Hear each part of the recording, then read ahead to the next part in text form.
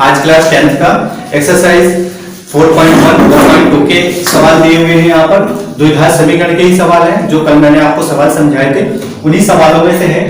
तो यहाँ पर देखिए द्विघात समीकरण का कल मैंने पहला और दूसरे नंबर का सवाल समझाया था। यहाँ आज तीसरे और चौथे नंबर का सवाल देखेंगे।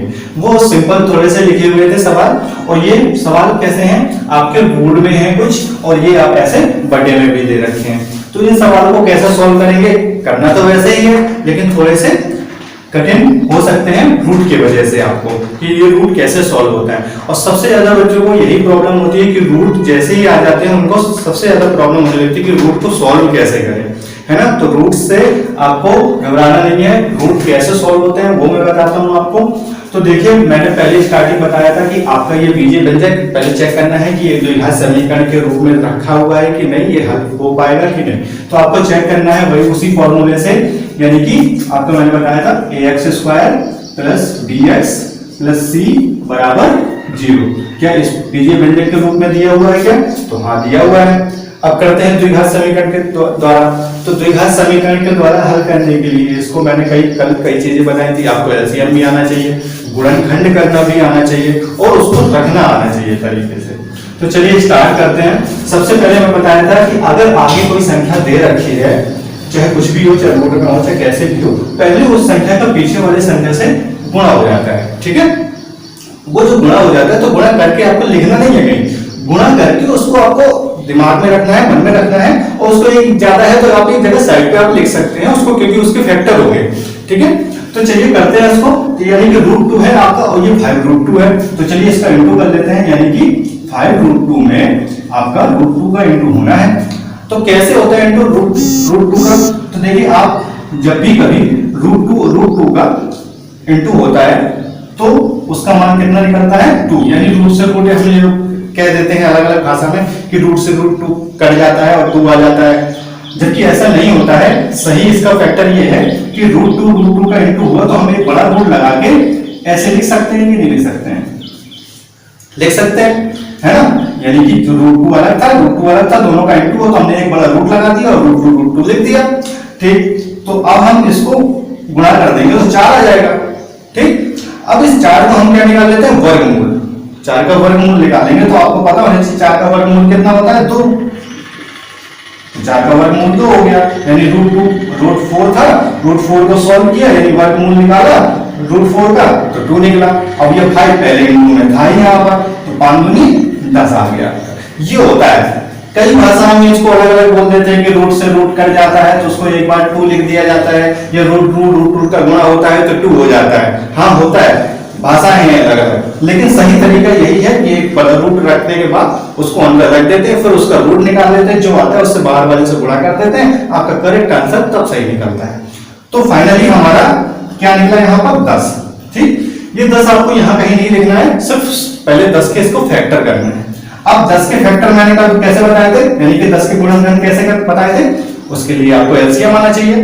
तो एलसीएम कर लेंगे हम 10 का, 2 से कट जाएगा, 2 पंचे 10, और फिर ये 5 से कट जाएगा, 5 एका 5, यानी 2 और 5 में ये टूटा हुआ है। ठीक है, अब बीच में देखिए क्या लिखा हुआ है? 7। तो मैंने बताया था कि वही दो संख्या जो यहाँ पर आती है, जितनी भी संख्या है, 2 संख्या या 3 संख्या या कितनी भी संख्या आ जाए, ऐसी संख्याओं को आपस में गुणा करके 2 संख्याओं को बना लेते हैं कि उन्हीं आपस में 2 संख्याओं को जोड़ दे या घटा दे तो आपकी ये बीच की संख्या आ जाए, और उन्हीं 2 संख्याओं को आपस में गुणा कर दें तो लास्ट की संख्या यानी कि जो हमारा गुणनखंड पे था वो आ जाए। तो देखिए 5 दूनी 10 तो आ गया। अब हम अगर 2 को 5 में जोड़ दें तो 7 हो जाएगा, यानी कि फैक्टर हमारा सही है।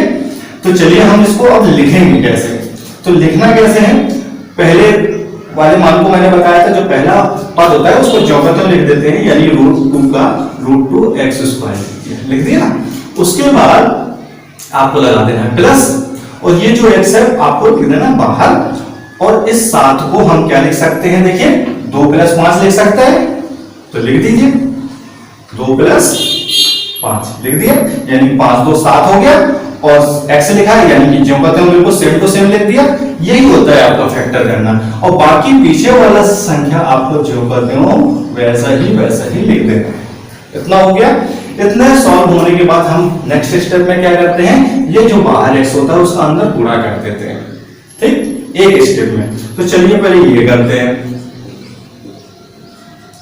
2x प्लस 5x और 5 रूट 2, ये 0 इतना हो गया। इंटू करा दिया पहले दूसरे स्टेप में। तीसरे स्टेप में अब हम क्या करेंगे, यहां पर इतने से और इतने से हम कॉमन लेंगे, ठीक है। तो चलिए कॉमन लेते हैं।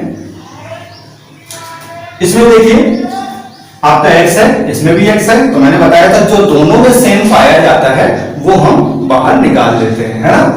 तो ये x निकाल लिया बाहर और ये लगा दिया ब्रैकेट। अब बचा क्या वो रखते हैं। अब देखिए यहां √2 है और यहां 2 है। अगर हम 2 निकालेंगे तो यहां पर 2 नहीं है, और अगर यहां से √2 निकालेंगे तो यहां √2 है। अब कैसे है वो देखिए। यहां प्रॉब्लम होती है कि आपने √2 निकाल लिया जबकि √2 यहां नहीं है, ठीक। तो हम इस तरीके से इसको बाहर निकालते हैं, इस तरीके से ऐसी संख्या को बाहर निकालते हैं कि अगर वापस उसी के अंदर गुणा करते हैं, उसी ब्रैकेट के अंदर गुणा करते हैं, तो आपका मान जो कहते हैं वही का वही ऊपर वाला आ जाए, ठीक। तो चलिए अगर हम √2 निकाल लेते हैं, मान लो √2 और x निकाल लेते हैं, x तो निकाल ही लिया और √2 निकालते हैं, तो ये √2 पूरा निकला। तो यहां तो √2 कुछ नहीं बचा, खाली एक x बचा क्योंकि x स्क्वायर था, प्लस की जगह प्लस रख दिया। अब मैंने बताया यहां से √2 निकला, तो यहां पर क्या बचा, ये x तो पूरा निकल गया। तो देखिए अगर हम इस √2 का इस √2 में गुणा कर दें, ठीक, तो क्या आता है आपका 2 आता है, ये आया था। ये देखिए √2 का गुणा किया था, आपका 2 आया था। कैसे, यानी कि √2 का गुणा कैसे आया, 2 कैसे आया, देखिए 2 × 2, एक आपको बड़े रूट पे लिख दिया, यानी कि 4, यानी कि आपका, इसका मतलब क्या है, इस 2 की जगह हम ये रख सकते हैं, यानी 2 रूट रख सकते हैं, यानी कि 2 रूट। तो इस 2 की जगह हम यहां √2 × √2 अगर रख दें तो देखिए एक √2 ये है और एक √2 ये है, हमने बाहर निकाल दिया, तब आपका एक √2 यहां बचता है। अब मेरे ख्याल से आपको समझ में आ गया होगा। तो चलिए अब आगे करते हैं।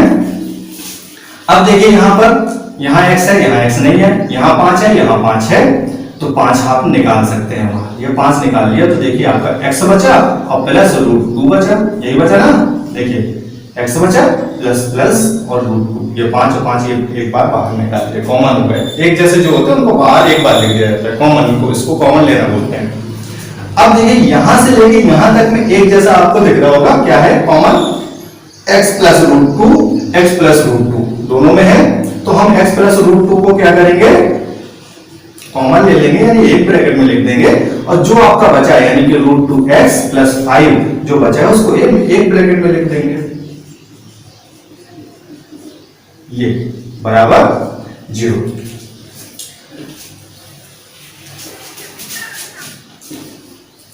अब हम क्या करेंगे, दोनों को बराबर के 0 में कर देंगे, यानी कि x प्लस √2 बराबर 0, तो x बराबर √2 बराबर को उधर जाएगा तो माइनस का क्या हो जाएगा, √2। अब यहां पे क्या होगा, √2x प्लस 5 इक्वल टू 0, तो √2x बराबर माइनस का 5, तो x बराबर माइनस का 5 बटे √2, यानी कि √2। आपकी ये मान आ गया। चलिए ये आपका आंसर हो गया। सॉल्व करना मेरे ख्याल से आपको आ गया होगा कैसे करना है, तो आप ध्यान से देखिएगा। अब नेक्स्ट स्टेप में, नेक्स्ट सवाल है आपका ये वाला। ये थोड़ा सा इसमें रूट तो नहीं है, लेकिन आप लास्ट संख्या देख रहे होंगे, सी का मान आपको क्या दिया हुआ है 1/8, थोड़ा सा भिन्न की तरह है। इसको सॉल्व करेंगे और इसके भी गुणनखंड करेंगे। कैसे करना है इसको, देखिए जो 8 है, इस 8 का यहां पर भी गुणा हो जाएगा और यहां पर भी गुणा हो जाएगा, ठीक। करते हैं, 8 का गुणा इसमें होगा तो 8 दूनी 16x² माइनस 8x प्लस 8 और पूरे के बटे 8 आ जाएगा। अच्छा क्या होता है कि कई लोगों को सवाल बताने में कई स्टेप बीच के मिस कर देते हैं, खा जाते हैं, उससे समझ में नहीं आता है। तो देखिए हम एक भी स्टेप यहाँ मिस नहीं करेंगे। यहाँ पर इंटू कराने के बाद पूरे के बटे 8 भी रखेंगे, क्योंकि जब ये इसका इसमें इंटू हो जाएगा, इसका इसमें इंटू हो जाएगा, तो ये पूरे के बटे में 8 आ जाएगा। कई लोग क्या करते हैं, ये स्टेप नहीं लिखते हैं, डायरेक्ट कौन सा स्टेप लिख देंगे वो मैं बताता हूं।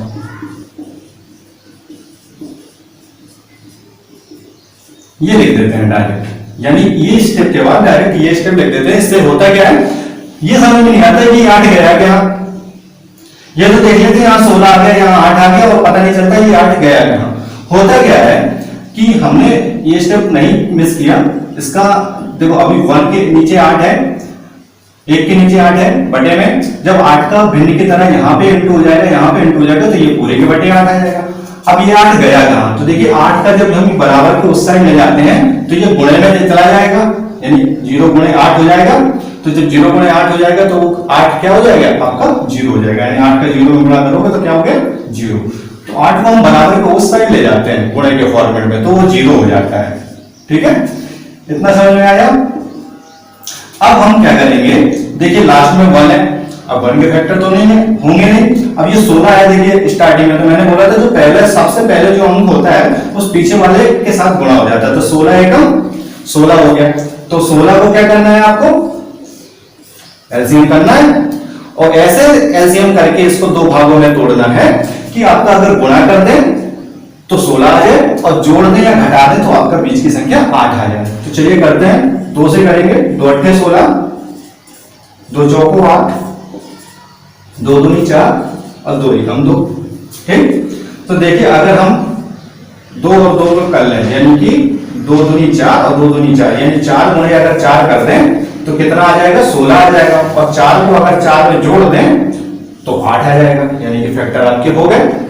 ठीक, तो चलिए इनको लिखने का सेम तरीका बताया था। पहला पद सेम टू सेम वैसे का वैसे ही लिख लेते हैं, यानी कि 16x² माइनस x को हम पहले रख लेते हैं, और ब्रैकेट के अंदर 8 को हम क्या लिख सकते हैं 4 प्लस 4 प्लस 1 बराबर 0। बाकी जो पद है सेम पद वैसे के वैसे ही नोट कर देते हैं।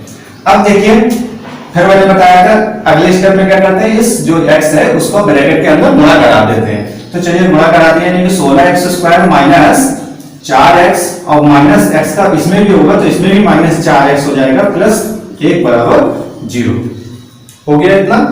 इसके बाद हम क्या करेंगे, कॉमन वाला सिस्टम आ जाता है, यानी कि हमें बाहर कॉमन लेना है। तो अब देखिए इसमें और इसमें अलग अलग कॉमन लेना है। यहाँ देखिए 4 है तो यहाँ पे भी 4 है, यहाँ 16 है ना, तो 16 में 4 कैसे है, 4 चौको 16, यानी 16 को हम 4 गुणे 4 लिख सकते हैं ना। तो देखिए 1 4 ये 1 4 ये, तो हमने ये निकाल लिया 4। x यहाँ 2 थे, यहाँ 1 है तो 1 x निकाल लिया, तो आपका 1 4 बचा, यहाँ पर 1 x भी बचा, और ये 4x पूरा निकाल चुका, तो यहाँ पे खाली 1 बचा, है कि नहीं।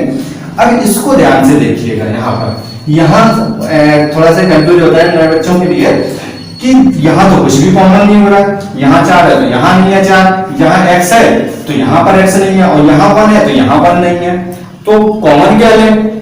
तो देखिए ऐसी स्थिति में आपको क्या करना है, आप क्या कॉमन लेंगे, इसके गुणे में देखिए आप 1 है, अगर हम 4x के गुणे में 1 कर दें तो 4x का मान कोई बदलेगा क्या, नहीं। 4x का गुणा अगर 1 में कर दें तो 4x ही रहेगा, और अगर और ये 1 पहले से दिया ही है, यानी कि 1 का गुणा 1 में कर दें तो 1 ही रहेगा। तो दोनों में आप एक जैसा क्या हो जाएगा, ये 1 कॉमन हो जाएगा। अगर हम ये 1 कॉमन ले लें तो आपका 4x प्लस 4x, और सॉरी माइनस भी कॉमन लेना, माइनस कॉमन लेंगे तो यहाँ पे आपका अंदर माइनस बचेगा और 1 बचेगा जी। एक बार फिर से देखेंगे, फिर से ध्यान देंगे क्या किया है यहाँ पर, सीधा सीधा है कि हम जो कॉमन ले रहे हैं यहाँ पर 4x के गुणे में भी 1 है और 1 के गुणे में भी 1 है, तो उस 1 को हम बाहर निकाल लेंगे तो आपका 4x जो कहते हो और 1 का भी जो कहते हो आपका बचेगा। साथ साथ हमने माइनस को भी बाहर निकाला है। अब माइनस यहां से निकाला तो अब यहां प्लस था, तो यहां माइनस कैसे हो गया ये समझना है सबसे पहले, ठीक है। तो देखिए आपको पता होना चाहिए कि दो माइनस का अगर इनटू करते हैं तो क्या होता है, प्लस बनता है कि नहीं बनता? दो माइनस का इनटू करते हैं तो प्लस बनता है। तो अगर हम एक माइनस को निकाल लें, ये प्लस बराबर दो माइनस, यानी कि एक माइनस को हमने यहां बाहर निकाल लिया इससे, तो अंदर एक माइनस बचा कि नहीं बचा, ये वाला माइनस, ठीक वही माइनस है। तो कंफ्यूज नहीं होना है, माइनस हमने निकाला है तो अंदर आपका माइनस बचा है, और यहां माइनस था तो ये ऑटोमेटिक यहां प्लस का बचा, ठीक। अब हम क्या करेंगे, 4x माइनस 1 4x माइनस 1 दोनों में एक जैसा है, कॉमन ले लेंगे, ये देखिए कॉमन ले लेंगे। अब बचा क्या ब्रैकेट में, 4x माइनस 1 ये भी बचा बराबर 0। दोनों को हम अलग अलग कर सकते हैं, यानी कि 4x माइनस 1 बराबर 0, 4x 1 माइनस बराबर 0, यानी कि होल स्क्वायर भी लिख सकते हो आप इसका। तो 4x बराबर 1, तो x बराबर 1/4, यानी कि x का मान 1/4 आया है, इसका भी 1/4 आया है। तो इस तरीके से ये थोड़ा से नए सवाल है, इनको भी करेंगे, नोट करेंगे। Thank you.